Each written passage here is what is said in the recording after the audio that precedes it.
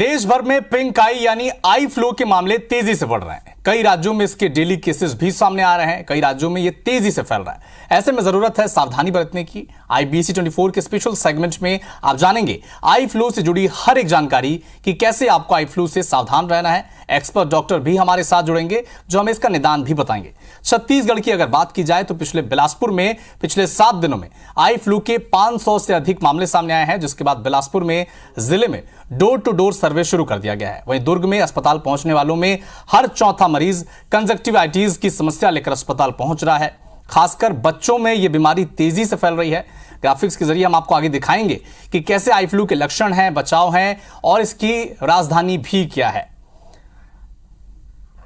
हमारे साथ हमारे स्पेशल डॉक्टर सुभाष मिश्र जी जुड़े हुए हैं, नेत्र रोग विशेषज्ञ हैं वो। सर, आपसे ये भी समझना चाहेंगे कि जिस तरह से इस सीजन में कंजक्टिवाइटिस फैल रहा है, आई फ्लू फैल रहा है, ये फैल क्यों रहा है और बच्चों में इसका असर क्यों देखने को मिल रहा है? बच्चे इसमें इसकी जद में क्यों सबसे ज्यादा सामने आ रहे हैं? आई फ्लू का जो संक्रमण है ये आंखों में बैक्टीरिया की वजह से ज़्यादातर होता है। कभी कभी वायरस और फंगस का भी होता है। बरसात के मौसम में एक तो परिवर्तन होता है तापमान में और दूसरा नमी बढ़ जाती है। नमी बढ़ने से संक्रमण की दर बढ़ जाती है। तो ये संक्रमण का ज़्यादा संख्या में मिलना इस दौरान एक सामान्य बात है। बच्चों में ज़्यादातर इसलिए होता है कि बच्चे उतने सावधान नहीं रहते। अब अगर हमें इस बीमारी से बचना है तो हमें सावधानी की आवश्यकता होती है। सावधानी नंबर 1 ये है कि अपनी आँखों को हम ना छुएं। अगर अपनी आँखों में हाथ नहीं लगाते हैं तो 90% चांस है कि हमको ये बीमारी नहीं होगी, क्योंकि हमारे हाथ में बैक्टीरिया कहीं ना कहीं से आ गया है। अब वो हमें दिखता नहीं है और वो हाथ मिलाने से फैलता है, गले मिलने से फैलता है। किसी मरीज की उपयोग की हुई रुमाल को, तौलिया को या अन्य चीज़ों को अगर दूसरे व्यक्ति इस्तेमाल करता है तो फैलता है।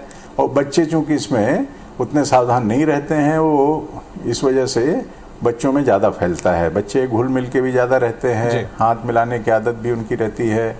और इसी प्रकार से जो भीड़ भाड़ के स्थान हैं वहाँ भी ये संक्रमण ज़्यादा मिलता है, जैसे सिनेमा थिएटर में, बस स्टैंड में, रेलवे स्टेशन में, जो छात्रावास हैं जहाँ बच्चे रहते हैं साथ में, तो यहाँ पर ये संक्रमण इसीलिए फैलता है। तो ये संक्रमण जब हो जाता है तो लक्षण सिंपल, एक तो लाल आँख हो जाती है ना, जिसे हम लोग पिंक आई इसी कारण से कहते हैं। इसके अलावा आँख से कीचड़ आता है, आंसू आता है, आँख में चुभन होती है, दर्द होती है, कभी कभी सूजन भी आ जाती है। तो इसको एंटीबायोटिक दवा डालने से 3 दिन में ठीक हो जाता है। अपने आप भी अगर आँख को हम साफ पानी से छींटा डाल करके कीचड़ को साफ कर लें तो 3 दिन में भी ठीक हो सकता है। ये मान लो किसी कारण से संक्रमण का कॉम्प्लिकेशन हो जाए तो उसको 3 दिन में ठीक नहीं होगा। इस स्थिति में नेत्र विशेषज्ञ की सलाह लेना बहुत जरूरी है।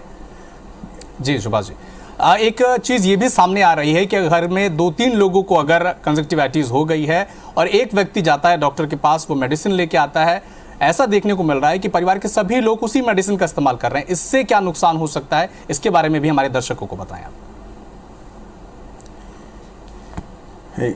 नियमतः सबका दवाई अलग अलग होना चाहिए, क्योंकि दवाई की शीशी आँख को अगर टच करती है तो बैक्टीरिया शीशी के टिप में आ जाएगा, है ना। दवाई के जो शीशी है उसके नोजल में वो लग जाता है और उसी दवा को अगर कोई दूसरे डालते हैं तो टिप से बैक्टीरिया जा सकता है।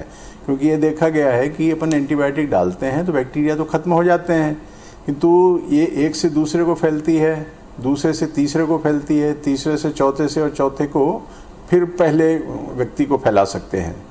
तो ये एक घर में अगर जब तक कि ठीक नहीं होगा सभी का एक साथ, तब तक के वो संक्रमण हो सकता है ज़्यादा दिन तक उस घर में रह जाए।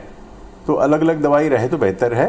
किसी कारण से अगर आप नहीं वो कर पा रहे हैं तो कम से कम एंटीबायोटिक दवा डालना तो आपकी सुरक्षा के लिए या इलाज के लिए उपयुक्त है ही। और हाथ ना लगाएं आँख को, क्योंकि हाथ में बैक्टीरिया आते हैं और वो दिखते नहीं हैं, चूँकि इस वजह से हम जिस भी वस्तु को छूते हैं वहाँ पर ये फैल जाता है। कि स्कूल कॉलेज में आप देखा होंगे कि बच्चे ने लिखा, अपनी आँख को हाथ लगाया, उसके बाद में उसने लिखा कॉपी में, है ना, पेन में। अब किसी साथी ने पेन उसका ले लिया या टीचर को उसने कॉपी दी जांचने के लिए, तो टीचर ने हाथ में कॉपी ली तो उसके हाथ में संक्रमण आ गया। तो टीचर को वो कॉपी के साथ में वो संक्रमण भी दे रहा है। और वो टीचर अगर अपनी आंख को हाथ लगा लेती है तो उसका भी आंख में संक्रमण हो जाएगा और इस प्रकार से फैलता है। तो सावधानी हमको दोनों रखनी होंगी। जिसकी आंख नहीं आई है वो अपनी आंख को टच ना करे, और अगर आंख को खुजलाना हो, कोई उसमें आंख में कुछ अनइजीनेस लग रहा है, साफ सफाई और संपर्क का ध्यान रखना पड़ेगा सुभाष जी। लेकिन एक सवाल ये भी है कि अगर जिस तरह से ये सीजन है और ये बीमारी फैल रही है, क्या ऐसी कोई दवाई है या ऐसी कोई उपाय है कि होने से पहले इसे रोक दिया जाए? मैंने उपाय जो पहला वही है कि आंखों को आप छुएंगे नहीं तो 90% तो आपको गारंटी मैं कह रहा हूं कि नहीं होगा आपको बीमारी, है ना। और दूसरी बात यह है कि एंटीबायोटिक सुरक्षा के लिए डालना लंबे समय तक रिकमेंडेड नहीं है। अगर घर में किसी व्यक्ति को आंख आ गया है तो घर के अन्य सदस्य रात में एक बार वो दवाई को डालने 1 सीसी इस्तेमाल कर सकते हैं, लेकिन 1 हफ्ते से ज़्यादा ना डालें। ज़्यादा समय तक के एंटीबायोटिक डालने से उसके साइड इफ़ेक्ट्स या दूसरी चीज़ें उसमें आती हैं जो नुकसानदायक हो सकती हैं। दूसरा बात हमको ये ध्यान रखना होगा कि कॉम्प्लिकेशन के लक्षण क्या हैं। तो अगर किसी व्यक्ति को 3 दिन के बाद भी आराम नहीं मिला या उसकी नज़र में कमी आ गई, अगर नज़र कम हो गई है तो समझना है कि वो घर में कोई इलाज नहीं होगा, कोई दवाई उसकी बिना डॉक्टर की सलाह के इस्तेमाल नहीं की जाएगी।